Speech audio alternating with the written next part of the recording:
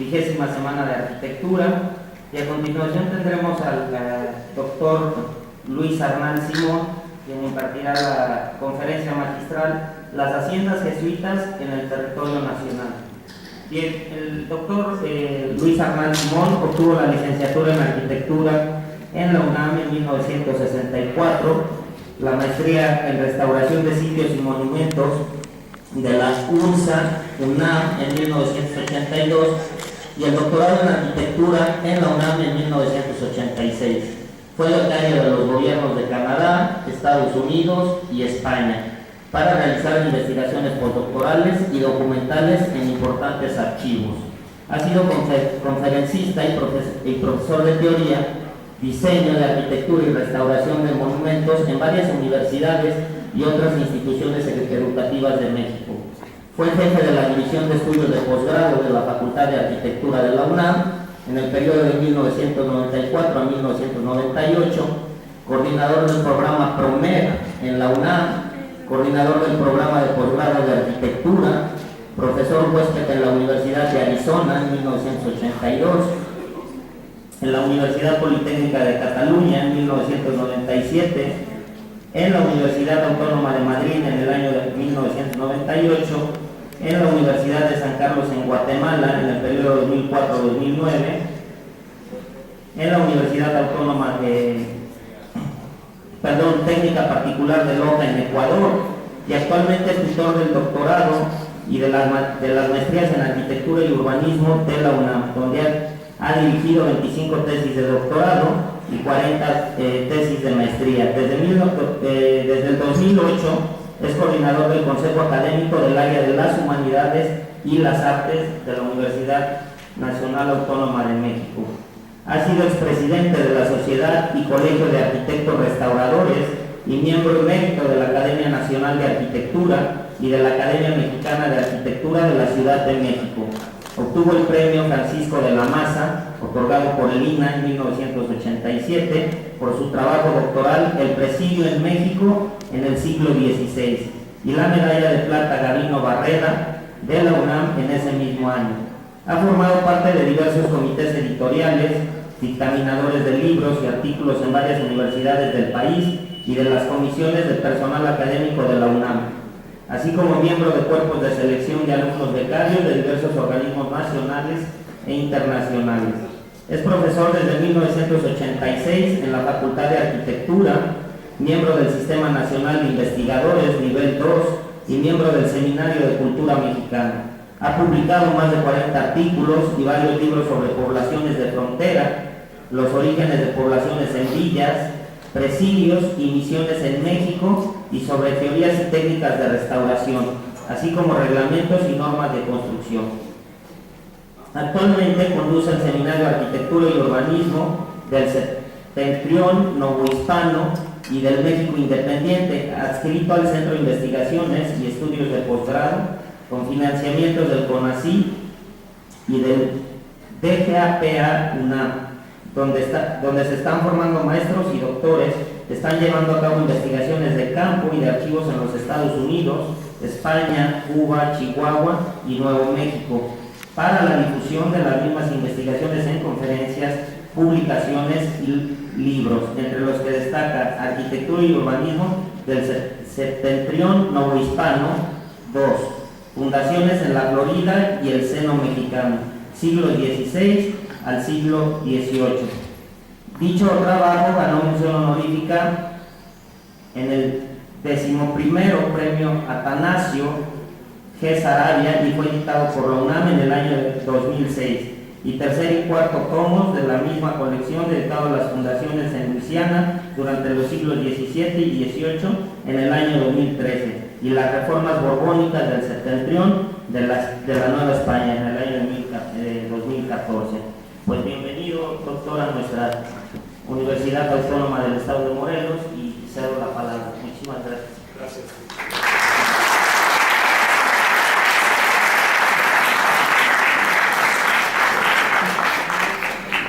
Muy amable por la presentación.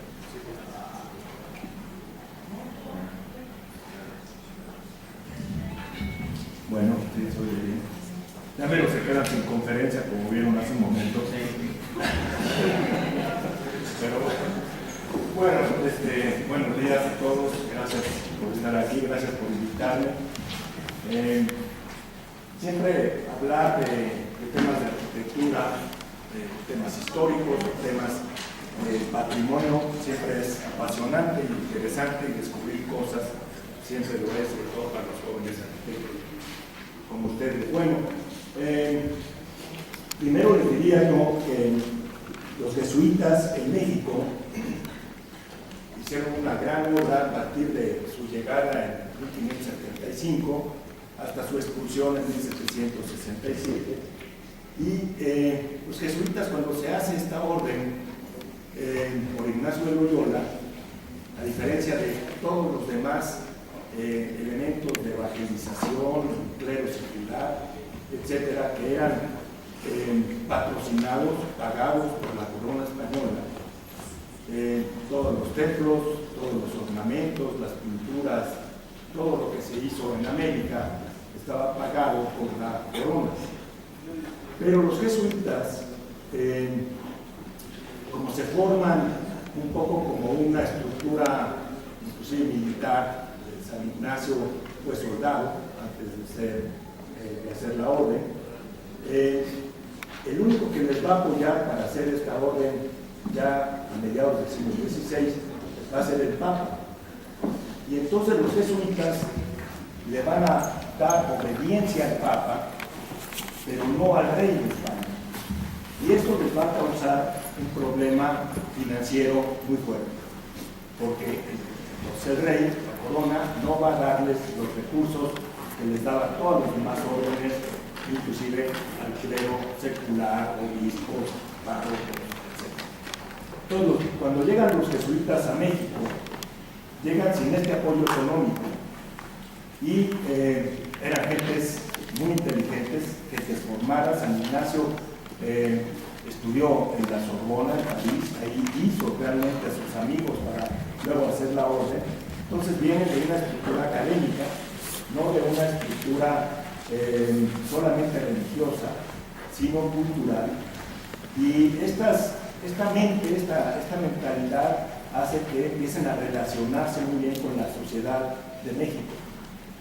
Y como no llevan recursos, no tienen dinero, no pueden hacer nada, no pueden contar sus colegios, ellos nunca van a hacer conventos.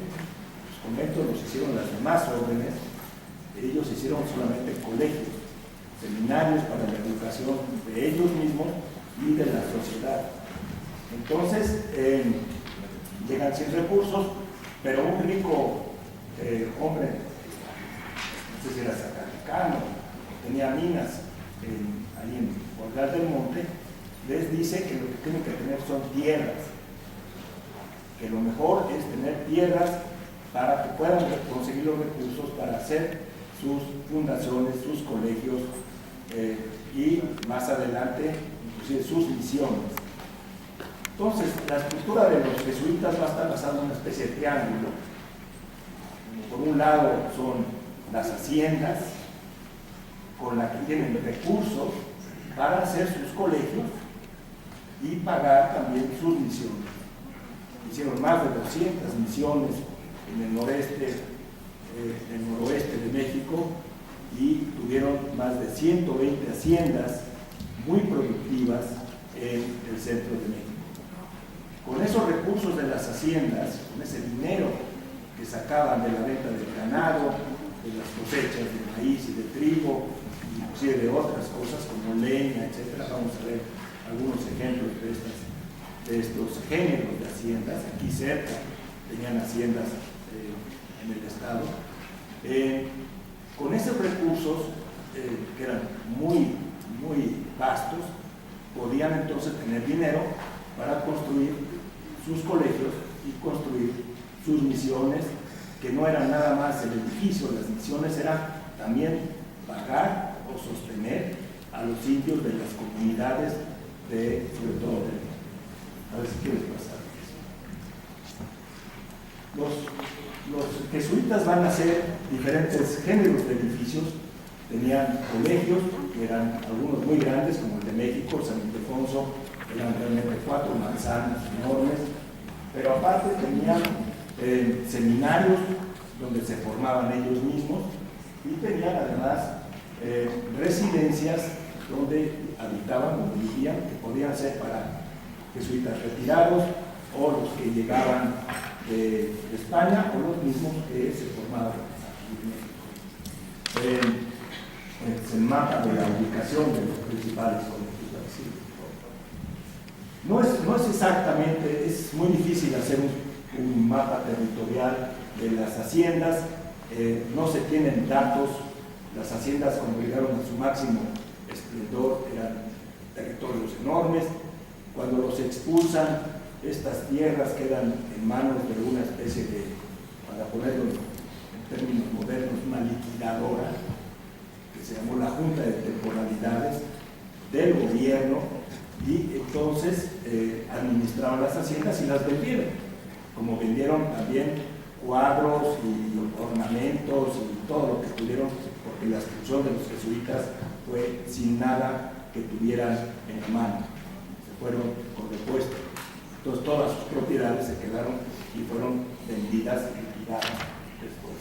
Pero el territorio que tenían, aunque no es exacto, no estaban unidas, ustedes entienden que eso no es posible, pero más o menos es la configuración de lo que pudo haber sido el territorio de las haciendas jesuitas. Y como vemos, pues en hectáreas sumaban una gran cantidad de tierras. Sobre todo habían escogido, tenían tierras en el norte, donde tenían ganado, enormes extensiones de tierra, y también en el centro ranchos más pequeños, haciendas más pequeñas, muy especializadas. Había, como aquí cerca, había ingenios azucareros, había haciendas de leña, por ejemplo, en la Jusco era de ellos, y tenían ahí bosques, es que sacaban la leña, que era el combustible que se usaba en esa época. Algunas de las haciendas, bueno, es interesante decir que la administración eclesiástica, de las haciendas dependía de los obispos, ya que ellos, repito, no tenían por qué tener ninguna relación más que quizá política o de amistad con el virrey, con la organización de la corona. Al contrario, siempre los vieron como unas gentes muy extrañas, gentes muy cultas. Había gentes que estaban dedicadas a la botánica, a la colección de plantas, a escribir, pero las haciendas, en cuanto a su administración, dependían de los colegios que enseñé antes, las que estaban cerca de un colegio. En el colegio había un rector, y el rector tenía sus administradores que veían qué se compraba, qué se vendía, qué se cultivaba, qué dinero había, y ahí se guardaban inclusive los recursos. En el asunto, dijéramos, administrativo, del manejo, dijéramos, de la terrenalidad de la hacienda eran los colegios, y en el aspecto de la espiritualidad serían los obispos. Entonces, en ese momento, en México, hasta el siglo XVIII, solo hubo 6 obispados, el más al norte era el de Durango y el más al sur el de Chiapas. Vemos en algunas de estas, aquí hay algunas que estaban cerca de Cuernavaca, ¿no? Es decir, Xochimacas y Barreto estaban aquí, pero había muchísimas más en muchísimos otros sitios, sobre todo en el Bajío y en el norte. Bueno, aquí hay unas en Cuautla, también Chicomozuelo y Huastepec, que era también de ellos. En fin, hay muchísimas, inclusive haciendas que después se convirtieron en fraccionamientos en la ciudad. San Borja es todo lo que es la colonia del Valle, hoy día en la Ciudad de México, y más. En fin, este es el enunciado de son 123 haciendas las que tenían, y como ven, ustedes tenían de todo tipo, tenían de labor, o sea, de campo, de cultivo, tenían de ganado, tenían ovejas, tenían inclusive por ahí alguna mina, había haciendas solamente para matanza, eran como grandes rastros, había también de yeguas, de cabras y yeguas. El cultivo de las mulas o de las yeguas era una cosa que era necesaria, porque la gente transportaba transportaba sus cosas en mulas, entonces tenía que haber haciendas especiales o específicas para eso. Sí. Había también por ahí había olivares, había molinos, en fin, tenían una granja de trasquila para hacer luego pues las lanas, etc. Molinos, la que sí. Y llegaban hasta Chihuahua, inclusive la hacienda de Parral, donde tenían viñedos, era una de las más grandes que tuvieron. Parras también. La que sí. Este es el mapa que más o menos mostraría. En verde es la zona donde estuvieron las misiones, no, tampoco es todo, eso estaba ocupado por misiones, pero era la región donde estaban las misiones, era medio Chihuahua, todo Sonora y Sinaloa, y el sur de Baja California, ahí donde pusieron principalmente sus misiones para hacer que la gente produjera. La idea de evangelización de los jesuitas fue muy diferente a la de los agustinos o a los franciscanos, etcétera, que buscaban otro tipo de culturización hacia el indio. Los jesuitas lo que querían es que estas gentes, que además muchos eran nómadas, pudieran asentarse y ser capaces de sustentarse por sí mismos, una especie de organización un poco social, ¿no? Es lo que ellos comentaban. Y en amarillo vemos lo que vimos antes, es más o menos el área donde estaban las haciendas. Vamos a ver un poco más adelante en detalle una de estas haciendas para que vean ustedes el género y la construcción y los sistemas constructivos y el proyecto de una de estas haciendas. Pero lo que les quería enseñar es, por ejemplo, el tamaño. Este círculo no es que fuera circular, obviamente, pero es el área que tenía una de las haciendas más grandes que tuvieron. Y lo que está también arriba, azulado, en tonos un poco azules, es una hacienda que se llamó Tetillas, que estuvo también en la región de Zacatecas, que tenía 170,000 hectáreas, nada más 170,000 hectáreas, que es más grande que el estado de Morelos. Y vemos también está arriba, en Parras, una hacienda también muy grande, que era un latifundio enorme.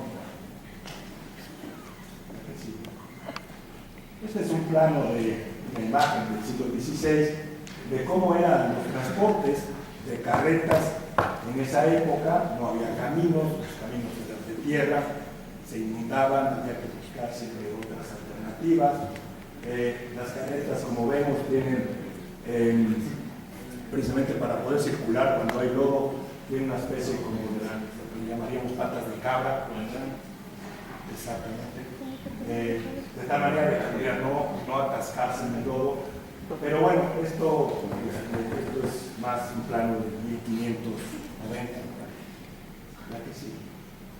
Esto muestra el área que tenían los jesuitas en Parras. El colegio de Parras era un colegio tan grande, casi como si fuera un latifundio. Junto estaba el latifundio de San Miguel de Aguayo, que era también una enorme extensión, y el de los Sánchez Navarro, que también era enorme. Lo que es interesante en este plano es que los pueblos no entraban dentro de las áreas de las propiedades privadas de las haciendas, entonces no podían crecer más a veces las tierras porque estaban los pueblos en la periferia. Y los jesuitas tenían un gran latifundio. En Parras tenían viñedos, Casa Madero, está ahora en las tierras. Y bueno, una de las cosas interesantes es que la producción tiene que venderse, ¿no? Estas gentes lo que querían era hacer dinero, bueno, tener dinero, tener recursos para hacer sus obras. Ya expliqué misiones que le costaban una fortuna y también las construcciones y el mantenimiento de los colegios. Entonces, donde estaban organizadas las haciendas y donde ellos obtenían estas tierras, eran también en las zonas donde había necesidad, que eran las zonas mineras. Los pueblos mineros no pueden trabajar en la tierra porque están trabajando en la mina, entonces tienen que tener alguien que les provea de carnes, de cebos, de comida, de maíz, de trigo, etc. Entonces muchas de las haciendas que tienen ellos en esta región de Zacatecas, Aguascalientes, el Bajío, van a estar cerca de las zonas mineras.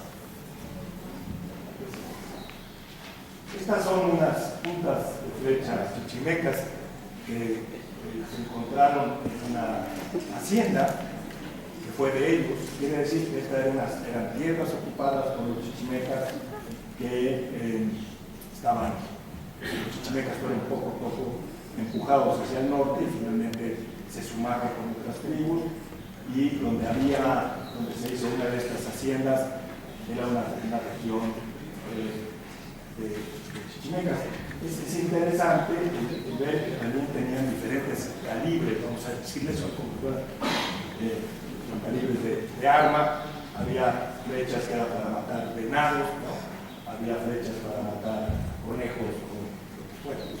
O sea que tenían diferentes materiales y tamaños. El fundador de esta hacienda, que vamos a ver un poco más en detalle, que se llamó Cieneguilla, era una hacienda que produjo muchísimo ganado. Era de ganado, pero también era de labor, tenían siembra. Es un señor que fue uno de estos descubridores, dijéramos, de tierras de Nuevo México, uno de los conquistadores de Nuevo México y de Zacatecas. Se llamó Vicente Saldívar, y este señor conoce a los jesuitas porque en un viaje que hacen ellos en 1590 por ahí, a Zacatecas, que era una región donde había mucho que les podría decir escándalo, porque era un centro minero, había prostitución, vicios, etc. Los jesuitas van allá, dos de ellos, y en el camino a caballo se encuentran con este señor Saldívar y les acompaña, lleva una tropa, porque él era minero y llevaba a veces recursos, los tenía soldados y los acompaña. Y en ese viaje, antes se hacían 2 meses de camino de México a Zacatecas, un mes y medio, entonces pues los conoce bien, platican, y cuando llegan a Zacatecas él les dice, les voy a dar dinero para que hagan su colegio. Les da una cantidad y con eso empiezan a construir su templo y su colegio. Y también les da tierras. Estas tierras de Cieneguilla eran de él y se las regalan. Cómo construían estos enormes imperios, los enormes latifundios, los jesuitas, son historias muy diferentes. Empezaban con una pequeña donación, como en este caso, o las compraban, sus recursos, y poco a poco iban creciendo. Compraban al vecino o al otro, o se moría una viuda y les dejaban las tierras, y así iban sumando pues extensiones enormes. Este hombre está puesto en una de las claves o en una de las enjutas de un arco en la hacienda esta que vamos a ver de Cieneguilla, y lo que es curioso es que está vestido como en el siglo XVI, trae unas medias, unos pantalones cortos, trae aquí a uno de sus perros, y está representado ahí porque la iconografía de una hacienda no tiene nada que ver con la iconografía de un templo. No son santos los que están representados, no pueden ser otro tipo de esquemas y símbolos. Bueno, eso no tiene mucho caso. Este señor se casó, todos se emparentaban, era una sociedad, Nueva Hispania era una sociedad de familias que se entrecruzaban, todos acababan siendo primos de primos, paisanos de paisanos, y finalmente, bueno, las familias estas todavía siguen, por ahí algunas de ellas. En Saltillo, si ustedes van al norte, casi todos se dicen primos entre ellos, aunque no se conozcan, porque de alguna manera saben que hubo algún ascendiente que fue común a todos.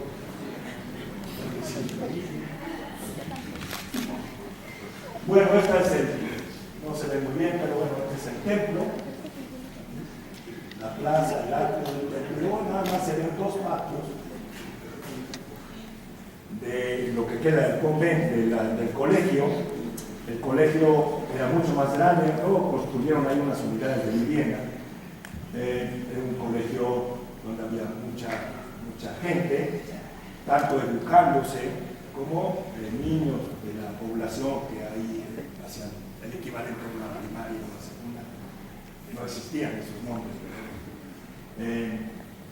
Esta es la catedral de Zacatecas. Si ustedes han ido a Zacatecas verán que todo el territorio está así también un poco como Cuernavaca, ruinas.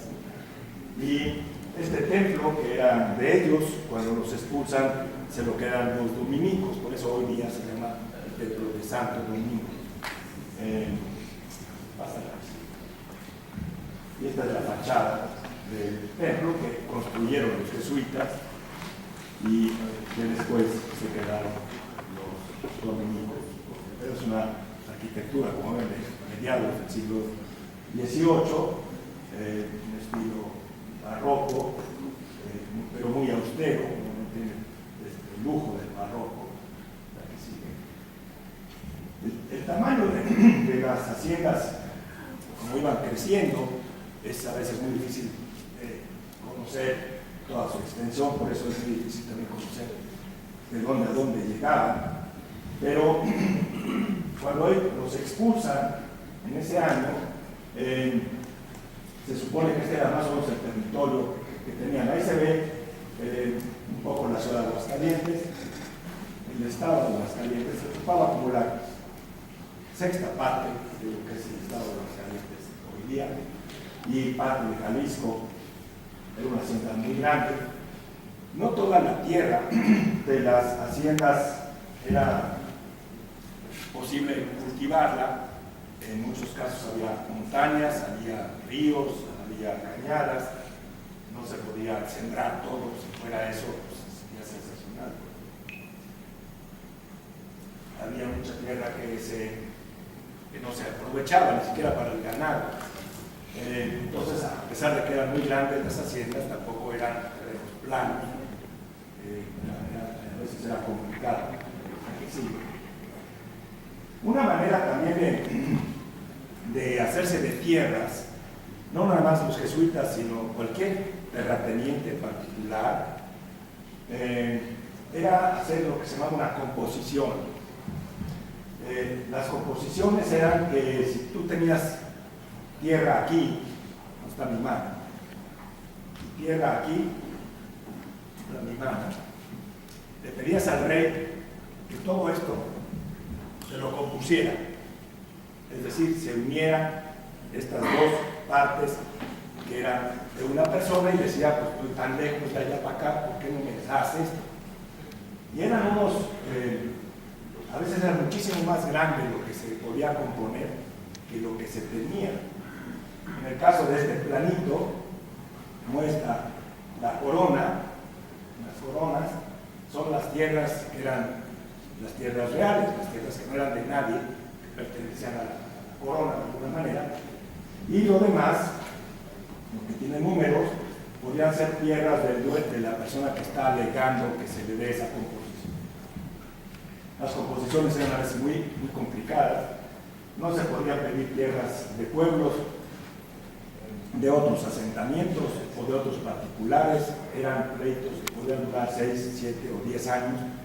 Había que hacer deslindes. Los deslindes de esa época eran a caballo, eran poco confiables. Se medía todo con cordel. El cordel era una cuerda de 50 metros.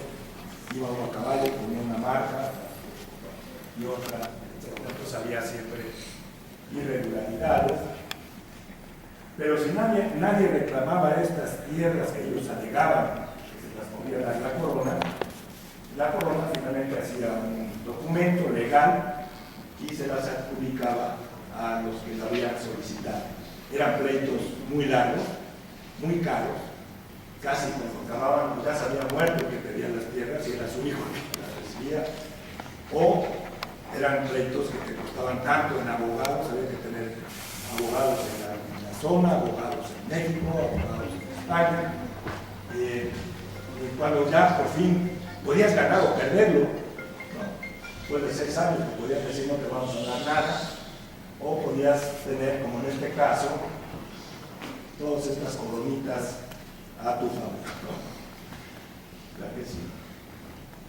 Los linderos y las formas de medir las haciendas son muy complejas.